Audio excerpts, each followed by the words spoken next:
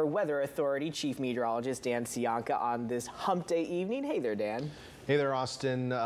You know, if you don't like the heat, get out of the kitchen. No, but I mean, we'll be looking at some more comfortable weather here over the next couple of days. And if you like the heat, we might have some more of that to talk about as well. Okay. Let's take a live look from Domenico's on the wharf tonight. Still looking clear in Monterey, where temperatures are actually quite warm. Folks out and about tonight probably thinking, where are we again? Is this San Diego? Is this the was it the gas lamp district? What do they call it? I've never been to San Diego. I hear it's great. I hear the eggs are sandy.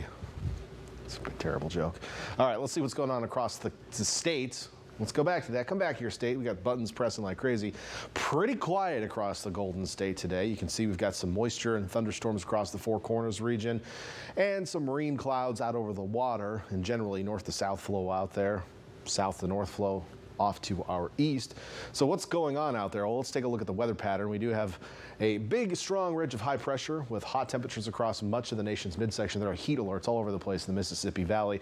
These are the remnants of what were once Tropical Storm Harold, which made landfall in Texas yesterday, been picked up in the monsoonal flow and then moving through the Four Corners region. And then off the west coast, we've got troughing with a weak cut off upper level low kind of sitting offshore here, perhaps stronger troughing off to our north. Now, we're going to stay kind of in between these two bigger weather systems, the ridge and the trough, which is where we've been a lot of this summer, to be honest, which has kind of kept temperatures seasonable, but we're a little bit different right now because in July we were kind of in between these weather patterns, too, but a little on the cooler side.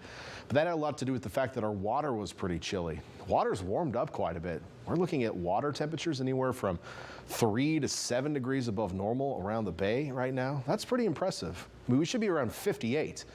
We spent much of July with water temperatures like 55 or 56, and then, you know, the last week or so, we've been 61 to 65 degrees in the bay. Pretty impressive water temperatures, and really what we always talk about is, you know, if there were no coast here, our temperatures in places like Salinas and Monterey and Santa Cruz would be just as hot as Fresno and Sacramento and Redding and places like that. And that's what, you know, the elevation and the general latitude supports for us. But because we have that cold ocean sitting right next to us, it always keeps our temperatures moderated. But when that cold ocean is a little bit warmer, we can really see a big jump in our temperatures, at least how it feels for us. We're used to that very stable temperature. Adding 5 degrees to that feels a lot different to folks. And that's what our baseline started at today when we already had some warm air over us, which allowed temperatures to get quite a bit warmer. Now, next couple of days, this trough strengthens here. That's going to cool us off a bit, increase the depth of our marine layer, allowing for more low clouds, probably some fog at times, but also that cooler air from the coast, even though it is a little warmer, but it is still quite a bit cooler than our inland areas, to reach into the inland valleys. Hollister, you're going to notice a big difference tomorrow. Winds coming in out of the valley. Places like Soledad, Greenfield, you're going to feel a lot different tomorrow with that stronger sea breeze kicking in. And with a more southwesterly flow tomorrow, places like Santa Cruz are going to feel a world of difference from 90 today to a high closer to 70 tomorrow, almost 20-degree temperature difference. Now, this cooling trend isn't going to last. The big ridge out east starts to rotate back through the land of enchantment into the Four Corners region and then toward Southern California once again, strengthening out of the weekend, bringing some significant heat, I suspect, to the deserts, which were, you know, completely covered in clouds and rain just a week ago, or not even a week ago, several days ago.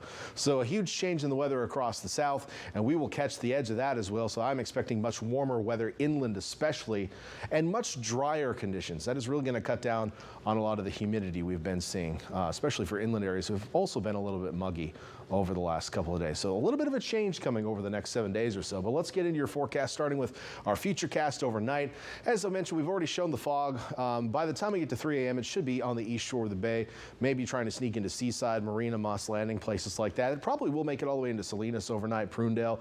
The 1 corridor is going to be foggy tomorrow morning. We might see some fog along the 101 corridor as well. Now, unlike recent days where all that cloud clears out and we see sunshine throughout the afternoon, I think the clouds are going to stick around the coast tomorrow. In fact, probably thicken as we head to the latter portion of the day with that deepening marine layer. We'll also see a couple of puffy clouds over the hills, but no rain expected tomorrow. Just cloudier conditions. Tomorrow evening at sunset, completely different than the last couple of days. We're going to have low clouds, and it'll feel cooler. Might even get a squish of drizzle out there, although it's not maybe looking as wet as I was thinking yesterday, but a little spritz will be possible. Either way, tomorrow evening, notably cooler and cloudier around the Monterey Bay area. Looking at those temperatures, Santa Cruz, we talked about your high of 90 today, which, by the way, wasn't a record high. but 71 tomorrow, much cooler for you.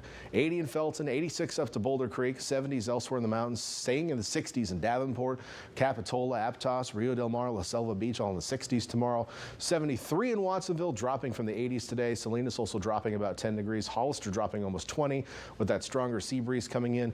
We'll still have the warmth up north, but it will be cooler anyway. Marina in the 60s, same in places like Pebble Beach, but we'll still see some 70s, I think, in places like Monterey and Seaside. It'll just be quite a bit cooler than today.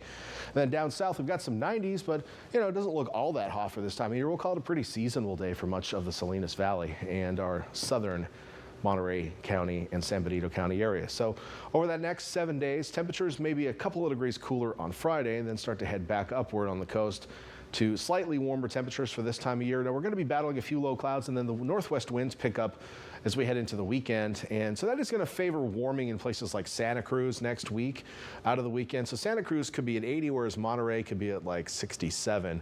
And that gives us an average at like 73 on Sunday. So a little different. I mean, lately Monterey's been a warmer temperature because we've had a bit more of a southwesterly breeze at times, but this is much more northwesterly push. On top of that, the stronger northwesterly winds will probably cause a little bit of upwelling on the coast and cool those water temperatures down as well. So notably, we will see low temperatures next week, even though the overall air mass over us is going to be quite a bit warmer. Also, it'll be drier, and that helps with cooling at night as well.